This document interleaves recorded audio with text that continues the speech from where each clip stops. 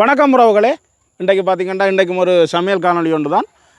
சமையல் காணொலின்றதை விட சிற்றுண்டி என்றே சொல்லலாம். அப்படியே சொல்லலாம். இன்றைக்கு அப்போ நாங்கள் என்ன செய்ய போகிறோம்? இன்றைக்கு வந்து நாங்கள் மரவள்ளி கிழங்கை வச்சு நல்ல சுசியம் தான் செய்ய போகிறோம். மரவள்ளி கிழங்குல நிறைய சாப்பாடுகள் செய்து கொள்ளலாம். நாங்களே செய்து காட்டியிருக்கிறோம். புட்டு, நாங்கள் வடை சுட்டு காட்டியிருக்கிறோம். அப்படி நிறைய வகையான சாப்பாடுகள் செய்து காட்டியும் இருக்கிறோம். இது வந்து இலகுவாக செய்யக்கூடியது உண்மையிலேயுமே. ஏன்னா அதை விட மரவள்ளி கிழங்கு எல்லா இடத்துலையும் கிடைக்கும். அதான் இலகுவான பொருளை எங்களை வீட்டில் இருக்கிற பொருளையை கொண்டு நாங்கள் இந்த சுசியத்தை செய்து கொள்வோமே. அப்போ நாங்கள் தொடர்ந்து காணொலியை பார்ப்போமே.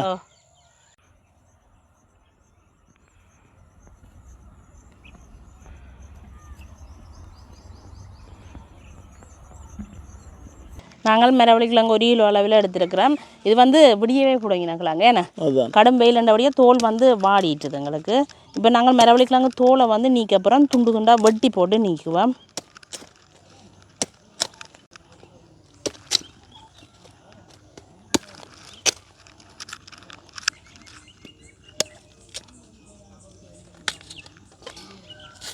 ஆனால் இப்படி நல்ல கிழங்கு அப்படி இந்த தோல் உரிகிறத வச்சுக்கொண்டே இந்த கிழங்கு அபியமா இல்லையாண்டு தெரியும். நாங்கள் முன்னத்தைய வீடியோவில் கூட சொல்லியிருக்கிறோம். எப்படி இருக்கு இந்த தோலை வந்து நாங்கள் இப்போ எனி காலங்களில் காய வைக்கலாம். வெயில் தானே எப்படி ரோஸ் நிறமாக இருக்குன்னு காய வச்சு போட்டு அவிச்சு போட்டு காய வைக்கணும். கொஞ்சம் உப்பு போட்டு அவிச்சு போட்டு காய வச்சா அப்பளம் மாதிரி இருக்கும் பொரிக்க. இது இருக்கட்டுக்கும். அப்படியே நாங்கள் தோலை எல்லாத்தையும் நீக்கி எடுப்போமே. கிழங்கு தோலெல்லாம் நாங்கள் நல்ல வடிவாக உரிச்சு எடுத்துட்டோம். இனி நல்ல வடிவாக கழுவி எடுப்போம்.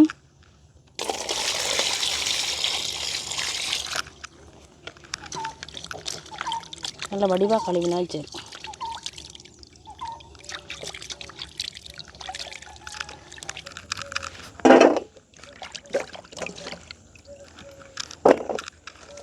நல்ல வடிவாக கழுவி எடுத்துட்டோம்.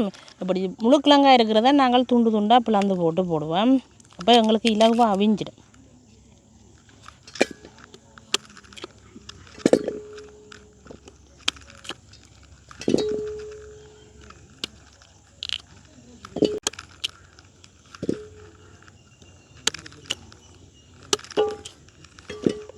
கிழங்கெல்லாம் நாங்கள் அளவளவாக வட்டி எடுத்துட்டோமே. அவிய விடப்புறம். ஆனால் சின்ன பானைக்கெல்லாம் நான் அவிய விடப்புறம். ஏன்னாண்டா இது வந்து கொஞ்சம் கிழங்கு தானே. 1 கிலோ அளவில் கிழங்குன்றபடியா சின்ன பானைக்கு அவிய விடப்புறம். கொஞ்சம் மந்திரமாக இருக்குது. ஏன்னாண்டா நிறைய நாள் இப்படி சின்ன பானைக்கு சமைச்சு அளவாக தண்ணி விடுவோம். கிழங்கு இந்த மட்டத்தோடு தண்ணி விட்டாலே காணும் எங்களுக்கு. இவ்வளோ தண்ணியும் காணும். இதோடு நாங்கள் என்ன செய்ய போகிறோம்னா தேவையான அளவு உப்பையும் சேர்த்து கொள்ளுவோம். உப்பை போட்டு நாங்கள் இப்படி இருக்கா குலுக்கி விட்டுட்டு அடுப்பு மூட்டி அவிய விடுவோம். நல்ல வெயிலண்டபடியா சின்ன விறகுலாம் நல்லா காஞ்சிருக்கேன்.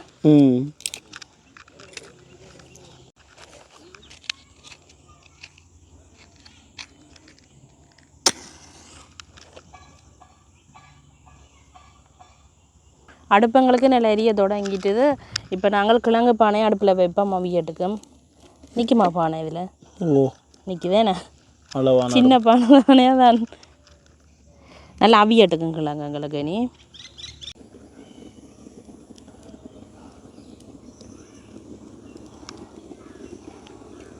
இப்போ நாங்கள் ஒரு திறந்து பார்ப்போம். எப்படி கொதிச்சு கொண்டிருக்கேன்.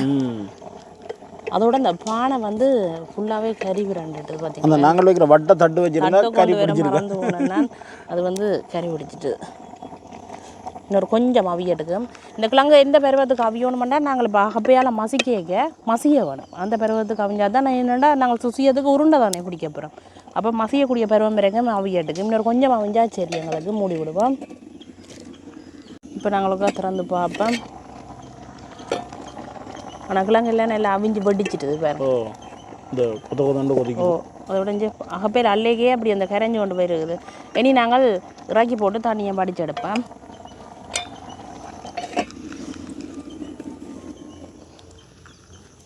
தண்ணியெல்லாம் நல்லா வடித்து எடுத்துட்டோம். நாங்கள் இந்த பாத்திரத்துக்கு கிழங்க கொட்டுவோம்.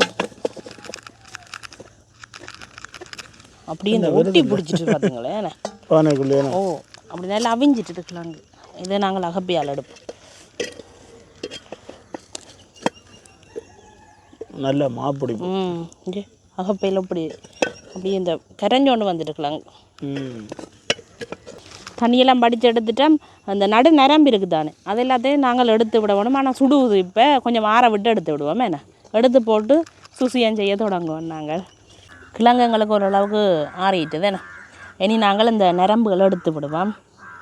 இந்த நரம்புகளை எடுத்து விட்டால் சரி நல்லா அவிஞ்சபடியே எப்படி கலண்டு கொண்டு வருது. சும்மா கையை வச்சு எடுக்க வருது. வர கிழங்கு வந்து நல்ல கிழங்கு. இந்த வேர்க்கிழங்குண்டா கொஞ்சம் எங்களுக்கு இந்த அவிகிறதுக்கும் கொஞ்சம் கஷ்டமாக இருக்கும். அதோட மசிக்கவும் கொஞ்சம் கரைச்சலாக இருக்கும். அந்த மசிப்படாது. இது நல்ல மாப்படியான கிழங்கு. நரம்புகள் இருந்தால் அந்த உருண்டை பிடி கேட்கங்களுக்கு வந்து கொஞ்சம் கஷ்டமாக இருக்கும். அந்த சாப்பிட சிக்குப்படமோ இந்த களி கிழங்காக இருக்குது பாருங்க. இப்படியே சாப்பிட்டும் கொள்ளலாம், பிரச்சனை இல்லை. நாங்கள் சரி நாங்கள் எல்லாம் நரம்புகளும் எடுத்துட்டோம். இப்போ வந்து இப்படியே மசிச்சு கொள்வோம்.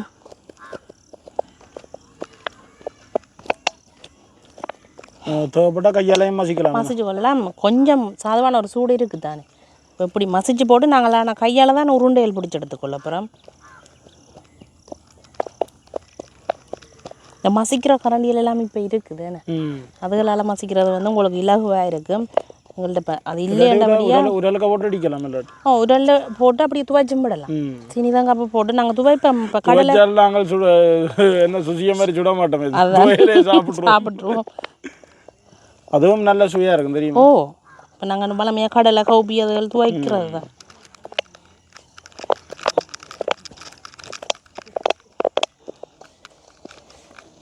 நல்ல வடிவாக மசிச்சிட்டோம். அதோட இப்படி பார்க்க எப்படி இருக்குது சொல்லுங்க. அப்போ புட்டு மாதிரி கிடையாது. அதான் என்ன புட்டுக்கு குழச்சி வச்சுருக்கிற மாதிரி இருக்குது. என்ன தேங்காய் பூ போட்டு அவிச்சு எடுத்து அவிக்க தேவையில்லை. தேங்காய் பூ போட்டு இருக்கா அந்த இதுபடியே போட்டு எடுத்தாலே சரி. புட்டு தான் அவிஞ்சங்களாங்க தானே. புட்டுக்கு அவிச்சு விட்டா சரி சாதுவாக இருக்கா. ஆனால் நல்ல வாசமாக இருக்கும் தெரியும். இப்போ வந்து நாங்கள் கொஞ்சமாக சீனி சேர்த்துக்கொள்ளுவோம். இனிப்பு பலகாரம் தானே இது, சிற்றுண்டி தானே. என்ன அப்போ சீனி கொஞ்சமாக சேர்த்துக்கொள்வோம். அதோட வந்து தேங்காய்ப்பூ சேர்த்துக்கொள்வோம். தேங்காய்ப்பூ நல்ல வெள்ளையாக திருவி வச்சுருக்கிறேன். அதையும் போட்டு நல்ல வடிவாக குழைக்க வேணும்.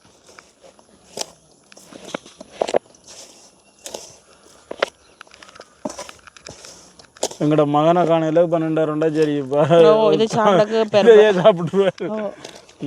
ஆள் விளையாடி கொண்டிருக்கிறாங்க. இது ஒரு பின்னேற தானே. இப்போ நாங்கள் ஒரு பிளேண்டியோட சாப்பிடுவோம். கிணக்க இல்லாட்டிக்கும் ஒரு கொஞ்சமாக நீங்கள் சேர்த்து சாப்பிட்டு பார்த்தாலே தெரியும். அப்படி நாங்களும் கொஞ்சமாக தான் செய்கிறோம். இன்றைக்கு நாங்கள் கொஞ்சமாக தான் செய்கிறோம். ஆக்கள் குறைவுங்க எங்கள்கிட்ட. என்ன அதுதான்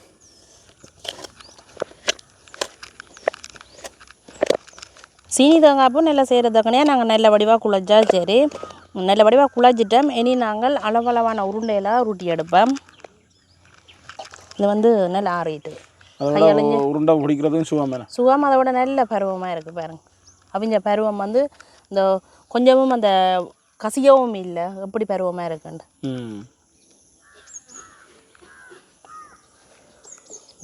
உருண்டோட பார்க்குது. அவ்வளோ இறுக்கமாக இருக்கு அந்த உருண்டை.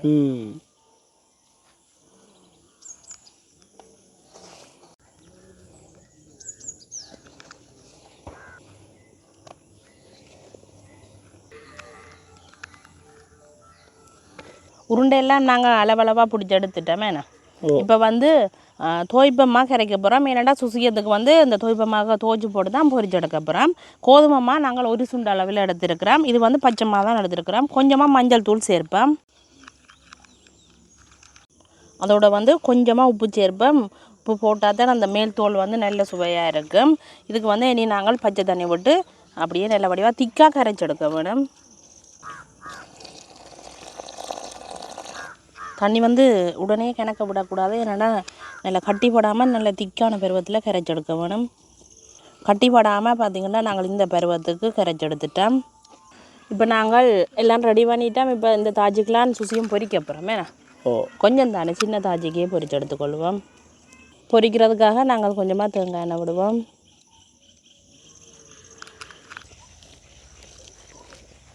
இப்போ வந்து எண்ணெய் கொதிச்சிட்டுது.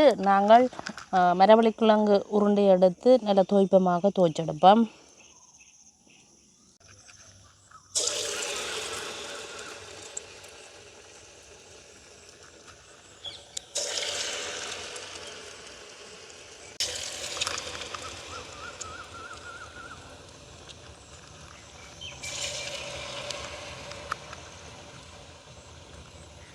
காணுமே. ஓ கணக்காக போட்டால் அப்புறம் ஒன்றோட ஒட்டு போடும். இப்போ நாங்கள் பிரட்டி விடுவோமே. இப்போ கணக்கு எனக்கு இப்போ வந்து கூடுதலாக எண்ணெயை விட்டு நாங்கள் போட்டால் அப்படியே மிதந்து கொண்டு வரும். கொஞ்சம் எண்ணெயில் விட்டு நாங்கள் இப்போ பிரட்டி தான் விடணும். அப்படி எப்படி இருக்குது அந்த சுசியம் அந்த பூந்தி மாதிரி இருக்குது. இப்போ வந்து பொரிஞ்சிட்டது. நாங்கள் நல்ல வடிவாக எண்ணெயை வடித்து போட்டு இறக்குவோம். முதல்ல ஒரு சைட்டு இறக்கியாச்சேண்ணே.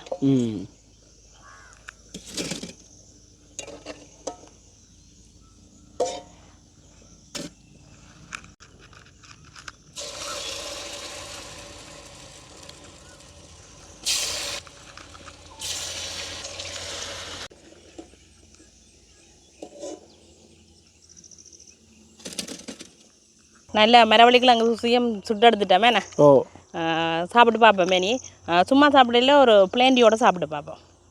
இப்போ மரவள்ளிக்கிழங்கு சுசியத்தை சாப்பிட்டு பார்ப்போம். சாப்பிட்டு பார்ப்போம். அப்பா எடுத்து சாப்பிட்டு பாருங்க. அப்பா ஏற்கனவே ஒன்று சாப்பிட்டு பார்த்துட்டார். ஆனால் அந்த மேலே அப்படி முறுமுறுப்பாக இருக்கு. எப்படி இருக்கு இந்த மஞ்சளுக்குள்ள அப்படியே வெள்ளையா இருக்கு. அது ஒரு வடிவாகவே இருக்கு. இது தேங்காய்க்குள்ளே இருக்கிற பூரான் முதலாவது கடையிலேயே சொல்கிறேன். இது 100க்கு 100 சுவையில் இப்படி ஒன்று இருக்குதுன்னா இன்றைக்கு தானேப்பா எனக்கு தெரியும். இல்லை எப்படி சுடலாம் சுச்சியம் மரவள்ளிக்கிழங்குலே இத்தனை சாப்பிட அந்த அளவுக்கு ஒரு டேஸ்ட்டாக இருக்குது தெரியுமா? இது அப்படி ஆனால் எதிர்பார்க்கவே இல்லை நான் இந்த அளவுக்கு டேஸ்ட்டாக வர முடியும். இது வந்து அந்த சீனியும் தங்காவும் போட்டு குழச்சி சாப்பிட்றத விட நல்ல டேஸ்ட். சேத்தனியே தேவையில்லை. இது மிச்சம் வைக்காமல் முழுக்க சாப்பிட்டாங்க. மற்ற சாப்பிடலாம் போயிட்ட பார்த்து கொண்டிருக்கோம். அதை விட எண்ணெய் வந்து இதுக்கு வந்து கொஞ்சமும் குடிக்கிறேன்னு சொல்லுவாங்க. பொரிக்கிறாக விட்ட எண்ணெய் அப்படியே இருந்தது. அந்த மேல் தோல் மட்டும்தான் நல்ல முறுக்கி போய் வருது. பஞ்சு மாதிரி நல்லா இருக்கு. அந்த மாதிரி சுவை, சட்டப்படி சுவை. எனக்கு வந்து இந்த மேல் தோல் இன்னும் நல்லா இருக்குது. ஏன்னா நல்ல ஒரு மொறுமொறுப்பாக நல்ல சுவையாக நல்ல ஒரு சுவை. இது வந்து பாயால சொன்னால் விளங்காது. ஆனால் கட்டாயம் நீங்கள் செய்து பாருங்க. நிறைய பேர் செய்திருப்பீங்க. ஆனால் இதை செய்து சாப்பிட்டு பார்த்துட்டு சொல்லுங்க. அந்த அளவுக்கு ஒரு சுவை. மரவள்ளிக்கிழங்குன்னு சொல்ல மாட்டோம். மரவள்ளிக்கிழங்கு மாதிரி தெரியல. இப்போ உண்மையிலுமே தெரியாதவங்களுக்கு இது கொடுத்தா இது என்ன கிழங்கண்டே சொல்லிக்கொள்ள மாட்டேன். ஒன்று எடுக்கலாமா? எடுத்து சாப்பிடுங்க. இஞ்சி பாருங்க எப்படி இருக்குன்னு. நான் இதை பிஞ்சு காட்டுறேன்.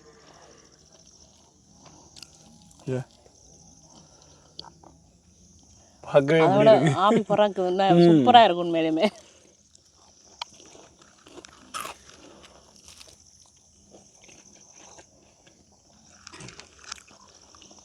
நாங்கள் பிளேண்டிக்கு வந்து சீனி வந்து குறைச்சி போட்டுனாங்களே இனிப்பு வேண்டபடியா. இல்லை 2 சாப்பிட்டு ஒரு சேத்தனையும் குடிச்சா கொஞ்சம் நேரம் நின்று பிடிக்கும். சின்னாக்கள் நல்லா விரும்பி சாப்பிடணும் போல. சின்னாக்களுக்கு சூப்பர் உண்மையிலேயுமே. அதான் இப்போ அவைகளுக்கு கொஞ்சம் பயம் இல்லாமல் கொடுக்கலாம். சில பேர் வந்து கிழங்கு சாப்பிட்றதில்ல, மரவள்ளி கிழங்கு சாப்பிட்டு கொள்றதில்ல. பழம் இருந்துட்டு நீங்கள் செய்து சாப்பிட்டு பாருங்க. இப்போ நடுகளும் சாப்பிட அடிக்காம இப்போ நாங்களும் சரி இப்போ நடுகளும் இதை செய்து சாப்பிட அடிக்க பழம் இருந்துட்டு ஒருக்கா செய்து சாப்பிடக்க அது பெரிய அளவுக்கு அந்த நோய் அதுகளை கொண்டு வராது. உண்மையிலுமே அந்த மரவள்ளி கிழங்கு சுகர் வரதுக்கு கூடாதுன்னு சொல்கிறவே ஏன்னா அதனால நிறைய பேர் இரவில் சாப்பிடக்கூடாதுன்னு சொல்லுவீங்க. ஆனால் நாங்கள் பெரும்பாலும் இரவில் சாப்பிட்ருக்குறோம். ஏன்னா ஒன்றும் செய்யலைன்றதுக்காக அப்படி இல்லாமலுக்கு இப்போ பெரியாக்கள் சொல்லினமாண்டா அதை எதிர்கொள்ள தான் வேணும். ஏதோ ஒரு விஷயம் இருக்கிறபடியாக தானே சொல்லினமே. என்னென்றால் நாங்கள் வீடியோ அப்போ முடிப்போம். உண்மையிலேயே பார்த்தீங்கன்னா ஒரு அருமையான வீடியோ. ஏனென்றால் இப்போ இதை பார்த்து கொண்டிருக்க எனக்கு பொறுமை இல்லாமல் இருக்குது. அதனால் வீடியோ முடிப்போம். ஒரு உண்மையிலேயே இதே மாதிரி நீங்கள் செய்து பாருங்க. உண்மையிலேயே நல்ல ஒரு சுவையாக இருக்குது. இனி இல்லைன்ற ஒரு நல்ல சுவையாக இருக்குது. கடைக்காரனும் செய்ய ஒழிக்கிறாங்க. உண்மையிலேயே தான் சுசியம் அந்த மாதிரி இருக்குது. அப்போ நாங்கள் இதோட இந்த காணொலியை முடிச்சு கொள்கிறோம். நன்றி, வணக்கம்.